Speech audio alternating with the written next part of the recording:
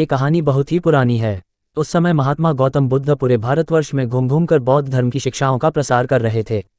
धर्म प्रचार के सिलसिले में वे अपने कुछ अनुयायियों के साथ एक गांव में घूम रहे थे। काफ़ी देर तक भ्रमण करते रहने से उन्हें बहुत प्यास लग गई थी। प्यास बढ़ता देख उन्होंने एक शिष्य को पास के गांव से पानी लाने के लिए कहा। शिष्य जब गांव में पहुंचा तो उसने देखा कि वहां एक छोटी सी नदी बह रही है जिसमें काफ़ी लोग अपने वस्त्र साफ कर रहे थे और कई अपने गायों को नहला रहे थे। इस कारण नदी का पानी काफ़ी गंदा हो गया था। शिष्य को नदी के पानी का ये हाल देख लगा कि गुरुजी के लिए ये गंदा पानी ले जाना उचित नहीं होगा। इस तरह वह बिना पानी के ही वापस आ गया। लेकिन इधर गुरुजी का तो प्यास से गला सूखा जा रहा था, इसलिए पुनः उन्होंने पानी लाने के लिए दूसरे शिष्य को भेजा। इस बार वह शिष्य उनके लिए मटके में पानी भर कर लाया। ये देख महात्मा बुद्ध थोड़ा आश्चर्यचकित हुए। उन्होंने शिष्य से पूछा, गांव में बहने वाली नदी का पानी तो गंदा था, फिर ये पानी कहाँ से लाए? शिष्य बोला, हाँ गुरुजी, उस नदी का जल सही में बहुत गंदा था, परंतु जब सभी अपना कार्य खत्म करके चले गए तब मैंने कुछ देर वहां ठहरकर पानी में मिली मिट्टी के नदी के तल में बैठने का इंतजार किया। जब मिट्टी नीचे बैठ गई तो पानी साफ हो गया, वही पानी लाया हूँ। महात्मा बुद्ध शिष्य का यह उत्तर सुनकर बहुत खुश हुए तथा अन्य शिष्यों को एक शिक्षा दी कि हमारा जीवन भी नदी के जल जैसा ही है। जीवन में अच्छे कर्म करते रहने से यह हमेशा शुद्ध बना रहता है, परंतु अनेकों बार जीवन में ऐसे भी क्षण आते हैं जब हमारा जीवन दुख और समस्याओं से घिर जाता है। ऐसी अवस्था में जीवन समान यह पानी भी गंदा लगने लगता है। मित्रों, इसलिए हमें जीवन में दैख और बुराइयों को देखकर अपना साहस नहीं खोना चाहिए और धैर्य रखना चाहिए। गंदगी समान ये समस्याएं स्वयं ही धीरे धीरे खत्म हो जाती हैं। गौतम बुद्धा स्टोरी 2, अपने दुखों का कारण आप ही है। एक समय की बात है, भगवान बुद्ध एक नगर में घूम रहे थे। उस नगर के आम नागरिकों के मन में बुद्ध के विरोधियों ने यह बात बैठा दी थी कि वह एक ढोंगी है और हमारे धर्म को भ्रष्ट कर रहा है। इस वजह से वहां के लोग उन्हें अपना दुश्मन मानते थे। जब नगर के लोगों ने बुद्ध को देखा तो उन्हें भला बुरा कहने लगे और बदुआएं देने लगे।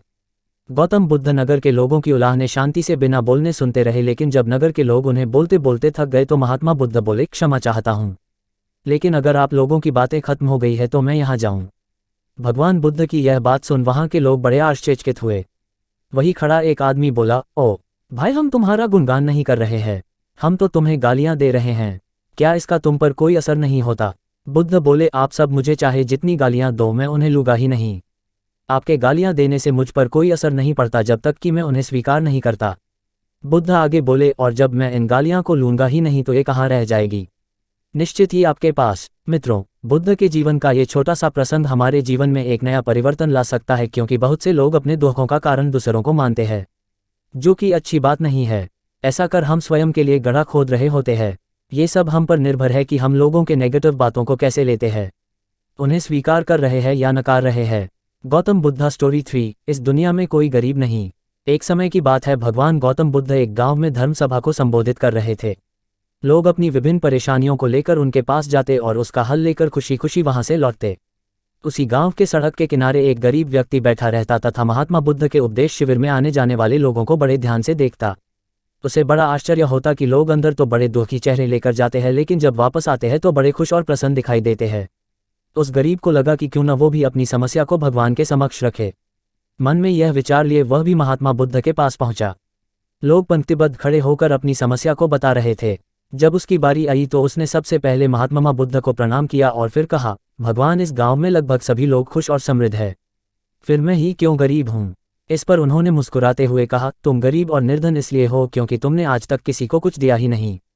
इस पर वह गरीब व्यक्ति बड़ा आश्चर्यचकित हुआ और बोला, भगवान, मेरे पास भला दूसरों को देने के लिए क्या होगा?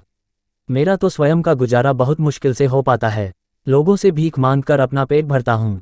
भगवान बुद्ध कुछ देर शांत रहे, फिर बोले, तुम बड़े अज्ञानी हो। औरों के साथ बांटने के लिए ईश्वर ने तुम्हें बहुत कुछ दिया है। मुस्कुराहट दी है जिससे तुम लोगों में आशा का संचार कर सकते हो। मुख दिया है ताकि लोगों से दो मीठे शब्द बोल सकते हैं, उनकी प्रशंसा कर सकते हो। दो हाथ दिए हैं, लोगों की मदद कर सकते हो। ईश्वर ने जिसको ये 3 चीजें दी है वह कभी गरीब और निर्धन हो ही नहीं सकता। निर्धनता का विचार आदमी के मन में होता है, ये तो एक भ्रम है, इसे निकाल दो। कभी भी मन में निर्धनता का भाव उत्पन्न न होने दो, गरीबी अपने आप दूर हो जाएगी। भगवान बुद्ध का संदेश सुनकर उस आदमी का चेहरा चमक उठा और उसने इस उपदेश को अपने जीवन में उतारा, जिससे वह फिर कभी दुखी नहीं हुआ। बुद्धा हिंदी स्टोरी 4, अहंकार का उपहार। महात्मा बुद्ध के पास सेठ रतनचंद दर्शन को आए तो साथ में ढेरों सामग्री उपहार स्वरूप लाए। वहां उपस्थित जनसमूह एक बार तो वाह वाह कर उठा। सेठ रतनचंद का सिर तो गर्व से तना जा रहा था। बुद्ध के साथ वार्तालाप प्रारंभ हुआ तो सेठ ने बताया कि इस नगर के अधिसंख्य चिकित्सालयों, विद्यालयों और अनाथालयों का निर्माण मैंने ही कराया है। आप जिस सिंहासन पर बैठे हैं वह भी मैंने ही भेंट किया है, आदि आदि। कई दान सेठ जी ने गिनवा दिए। सेठ जी ने जब जाने की आज्ञा चाही तो बुद्ध बोले, जो कुछ साथ लाए थे सब यहाँ छोड़कर जाओ। सेठ जी चकित होकर बोले, प्रभु, मैंने तो सब कुछ आपके समक्ष अर्पित कर दिया है। बुद्ध बोले, नहीं, तुम जिस अहंकार के साथ आए थे उसी के साथ वापस जा रहे हो। ये सांसारिक वस्तुएं मेरे किसी काम की नहीं। अपना अहम यहाँ त्याग कर जाओ, वही मेरे लिए बड़ा उपहार होगा। महात्मा बुद्ध का ये कथन सुनकर सेठ जी उनके चरणों में नतमस्तक हो गए। भीतर समाया हुआ सारा अहंकार अश्रु बनकर बुद्ध के चरणों को धो रहा था।